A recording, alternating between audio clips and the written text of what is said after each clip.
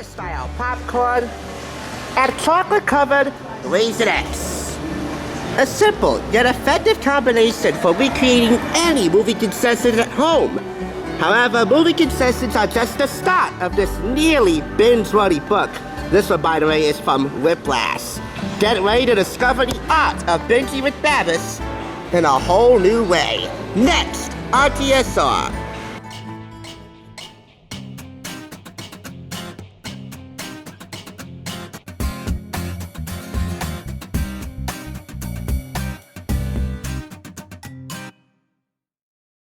Welcome to TSR. Last time we profiled Andrew Weir, we reviewed his Eat What You Watch cookbook, a feast for movie lovers. That was originally scheduled for 2019's Odyssey to the Oscars, but since we had a terrible setback with my main computer earlier in the year, we had to postpone it.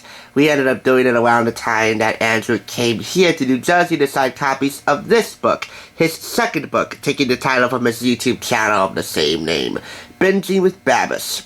100 recipes recreated from your favorite movies and TV shows, with foreword by Jon Favreau, or Favreau, however you pronounce his last name, or is it Favreau?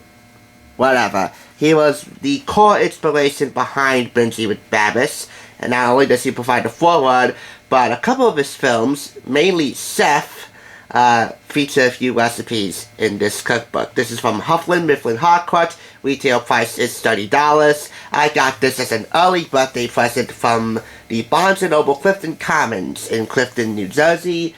With tax, it came out to $31.99, but I think it's worth checking out, even though I'm not a hardcore Binging with Babish fan.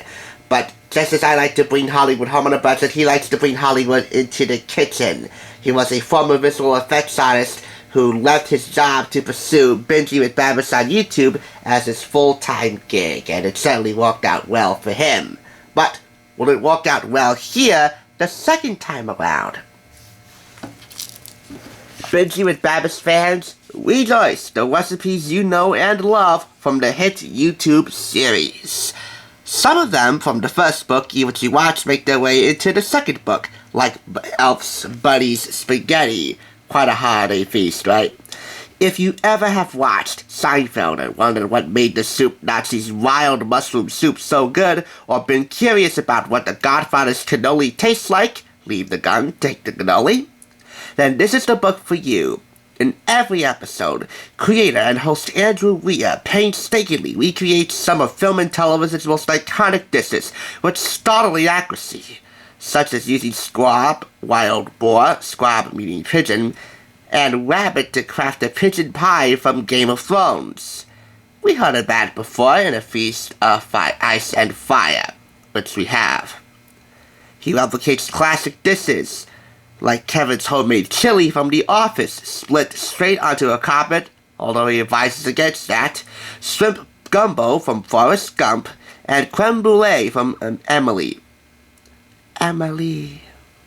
He also tackles those dishes you can't help but wonder about, such as the Krabby Patty from SpongeBob and Buddy's Pasta. We're going to be mentioning the Krabby Patty in here, one of 3 Krabby Patty recipe variations in here. Buddy's Pasta, as I just mentioned, is smothered in sweets from Elf, and the verdict on that, one word, ew. Weir's art is in taking the previously enigmatic dishes from TV and movies and breathing life and flavor into them, dissecting how they would be made from screen cues and creating an accessible recipe. The recipes are woven together with never-told-before stories about how Binging with Babish began, making this book a must-have for fans. All of the recipes in here are presented in chronological order of that when they were first published and or first produced, or chronological order filtered additionally through popularity level. The last book we did from Andrew Weir, Eat What You Watch, was focused solely on Oscar-winning films for Best Picture, Foreign Language Film, or Best Animated Feature. Conversely, this review is going to be based upon Emmy Award-winning animated TV shows. And so we begin with Ed's Woodhouse from Archer. The verdict for this? The mountain of excess here has a number of competing flavors and textures. Holiday sauce, eggs benedict, cream spinach. Virtually none of them play nicely together. It is also absent of any kind of crunch, solidity, or acidity, so its richness becomes overwhelming. Try incorporating one or two of these luxuriant elements into your usual eggs benedict instead. And look at that. Yeah, that seems like a plenty rich dish, something that a 5-star hotel would serve, and then collect everybody's health insurance payments on because that's too artery clogging rich. So here is the one main fault with this book. A few recipes in here are not so practical to make if you put all the components together. Some components are better left to be made on their own and stand on their own, like the cream spinach and the holiday sauce. One or two should be put on your eggs benedict. Okay, really one. Next, Adventure Time, Jake's Perfect Sandwich. The so-called perfect sandwich is pretty far from that, for starters, unless you're a shape-shifting cartoon dog, Jake. It's not physically possible to take a bite of this perfect sandwich. The flavors are a bit confused, but not offensive. Lose the bird and the cucumbers, slice up the steak into manageable, chewable pieces, and you might have yourself a pretty perfect sandwich. This calls for bacon, cream cheese, dill leaves, a dill pickle, a hard-boiled large egg, cucumber, Italian onion, plum tomato, human tears, told you not practical, human tears, ick. The Cornish game hen. When's the last time you heard of a Cornish game hen in a sandwich? And rib-eye steak. Oh, and a lobster tail, too. You think that's perfect?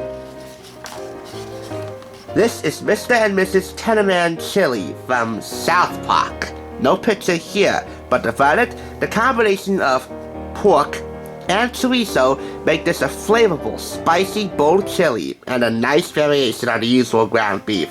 I actually watched plenty of South Park in my early years, and my parents always advised against that. In fact, they prohibited that, and I've never really owned any South Park merchandise or DVDs to this day. We used to have South Park DVDs, but I got rid of them. I'm just not really into South Park anymore. That's why I don't ever see it here on this channel. This is one of about 3 Simpsons recipes, 2 from the show and 1 from the movie. The one from the movie being Flanders hot chocolate. This is Homer Simpson's patented space-age, out-of-this-world moon waffles, which just might be out of this world. Homer's waffle is inedible. Okay, out of this world, terrible. The Babish deconstruction, I should mention for several recipes, there's the original version from the show, and then there's Babish's deconstruction, Babish's variation on each recipe. Sweet, salty, and delicious.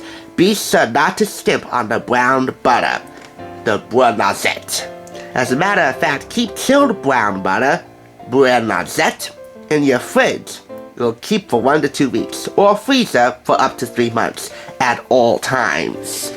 You never know when it might come in handy. Brown butter on a waffle with a little bit of caramel drizzled over the top. That looks like caramel, right?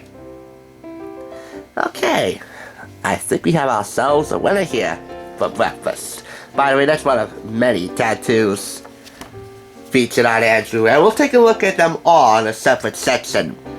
This is an exception for Emmy-winning TV shows because this won no Emmys. However, The Boondocks, which I'm a big fan of, won a Peabody Award, and that is one of the most prestigious awards in all of broadcasting and public service. The fried chicken breakfast lasagna, not worthy of a Peabody Award, but in Andrew's verdict, it is a prime candidate for a stock photo about trans fats. Fried chicken breakfast lasagna is everything wonderful about both breakfast and lunch, layered and cemented together by sausage gravy. Exercise extreme caution. The components you should prep separately are waffles, fried chicken, and sausage gravy. Waffles, fried chicken, sausage gravy. Take a look at each fun fact sprinkled throughout for each recipe. Either about the making of the video or the making of the recipe itself. Next you have the ultimatum, one of 2 recipes from the regular show. You know, that Emmy Award-winning show on Cartoon Network, which was anything but regular, but that's how it got its pride and its enduring legacy. The other recipe from regular show being the ultimate burrito. Every meat burrito, really. The verdict on this ultimatum, in its original form, there's one fatal flaw. It's burger within a burger. There is no way to cook a burger bun within an actual burger patty without absolutely ruining it. So by nixing the burger substance and upping the meat and cheese quotient, we can achieve a burger worthy of its title. The ultimatum comes with Himalayan ketchup. And hopefully, you come with an appetite as big as this and a mouth the size of Guy Fieri's. Or Bigfoot's. Because that looks outstanding. Now we move on to the tattoos. Like, I'm not really a big tattoo guy, but there are several in here that have special meaning to Andrew. First, the Katrina Code from his time in New Orleans. The Kodak logo, the original Eastman Kodak Company emblem. Born and bred. That's a take on born and bred. He was born and bred in New York, mainly in Rochester. He worked as a Rochester Regal Cinemas concession attendant. Infinite soup, salad, and breadsticks. The Seattle skyline, the ending credits song from Frasier, or the intro from Frasier, served as his theme song for a long while at the beginning of his rise to YouTube stardom. This is his mother's ring. And this is a lens refraction diagram, pretty self-explanatory from its name. Each tattoo, each picture here, has a special explanation for why it's permanently inked on Andrew. Some cilantro leaves and stems, a DP diamond that's a tribute to the unfortunately named Diarrhea Planet, a diarrhea-inducing name for such a talented band. This is a gavel. Why? Because Binging With Babish got its name, its Reddit name originally, and YouTube name, from Oliver Babish, legal counsel to the Bartlett administration from the West Wing. Binging With Babish got its name from him just as a joke. This is pasta aglio olio, spaghetti with garlic and oil. This serves as a special emblem for Andrew because that was one of his most important videos. It was really the catalyst for his spark in YouTube success. We move on to Rick and Morty's Szechuan sauce and nuggets. But here, honest to God, Szechuan sauce is decidedly underwhelming.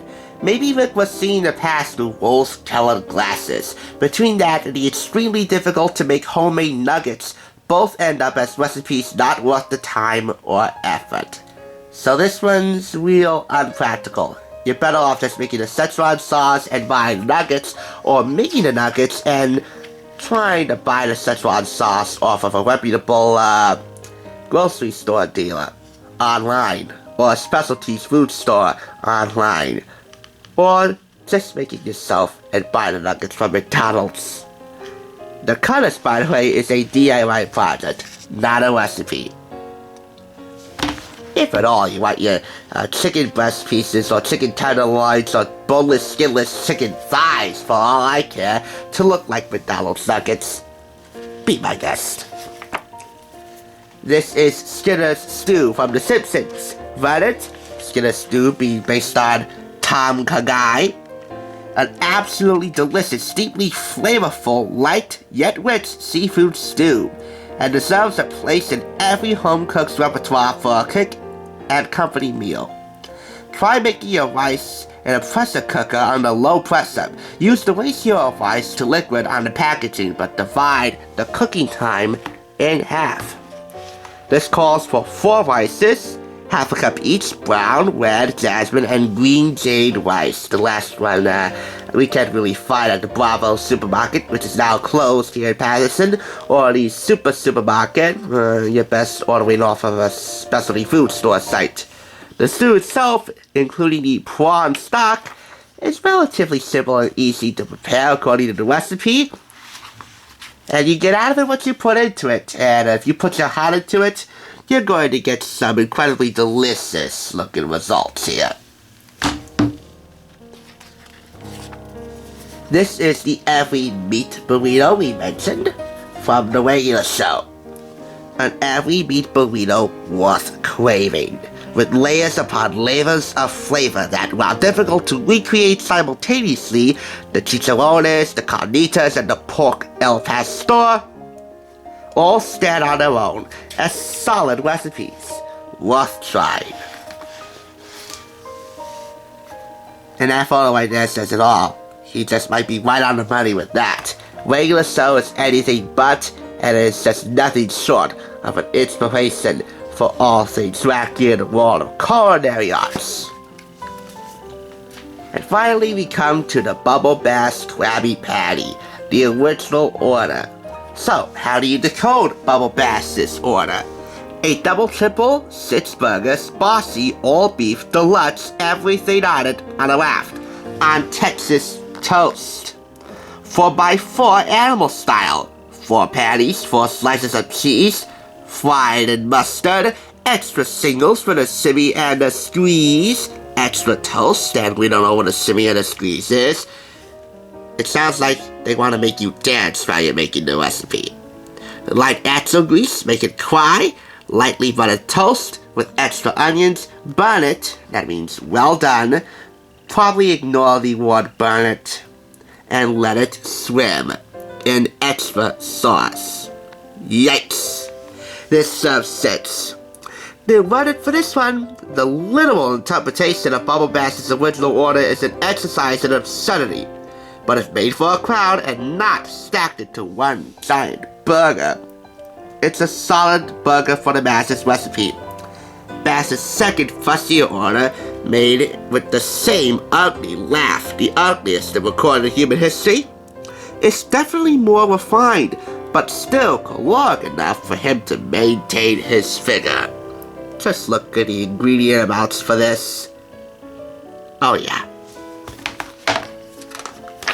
Now that's a Bubble Bass order. There's also a fancy order, Andrew's interpretation, much condensed. There's also a Krabby Patty made the umami way, an umami-based version, and a Krabby Patty containing MSG. I'm not kidding you. There is an ingredient named MSG that is called for in that Krabby Patty, the original Krabby Patty. He wasn't going to take a gander at that one without knowing that it was damn good for him first. Not really good for him, but good enough for YouTube. Plus, it also gave him a chance to defend the uses of MSG, which we don't know, but we could be eating already and not just within fast food. There are plenty more animated recipes in here from television shows and movies that we didn't quite get to, but we'll leave it up to you to pick this up to find out what they are. This is from Jon Favreau's foreword. Much like with cooking, we go into the field of storytelling because we want to connect with others on an emotional level. Emotion, memory, and sensation are all intertwined on that rare occasion where you hit it right. Andrew not only points his audience to the moments in film where all of those things come together, he also shows them how to create these moments in real life. Similar praise is offered by Ed Levine, founder of Serious Eats, Isaac Tubes, chef and owner of Tubes Meadery in Tubes South, Hot Ones host Sean Evans of Complex, and my all-time favorite YouTube foodie, Chef John from foodwishes.com. Foodwishes video recipes. Good luck on the move to Sebastopol and to Kismet, Chef John. Given all this, I feel like I don't want to be compelled as to say that Binging with Babish goes so far as to alienate the non-hardcore Binging with Babish fans with a few select recipes that seem like a project to make. But we feel like this book does that at times. Well, I feel that way. I don't know about you. but I certainly feel that way. I will concede that it was damn fun to read, and it is worth your time. I was a little bit saddened I wouldn't get to see Andrew in person.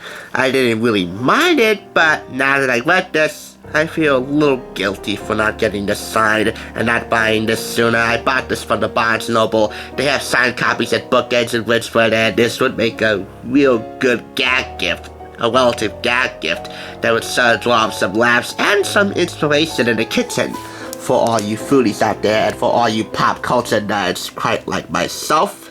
This is the Confit by Aldi from Ratatouille, also made in the Eat What You Watch cookbook. So, hey, Andrew comes out with another cookbook.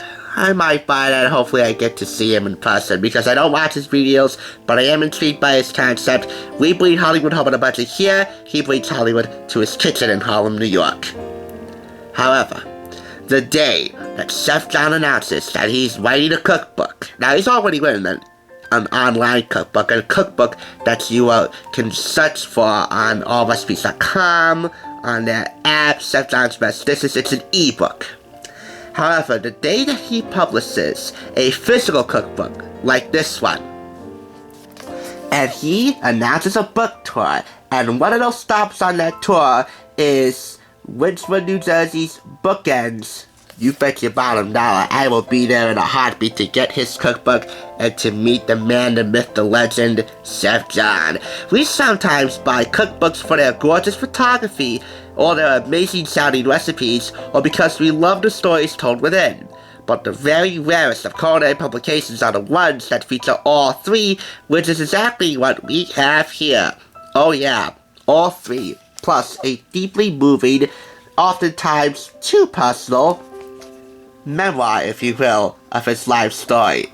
From his divorce, to his rise to YouTube fame, to his job as a VFX artist coming into play, through several of the recipes. The last one is from Chef John. Throwing all the television and movie references, and Binging With Babish really does have it all. But, as I said throughout the video, the one thing it doesn't have is a common continuous thread of practicality. If I buy a cookbook, I expect it to be fun and practical completely throughout.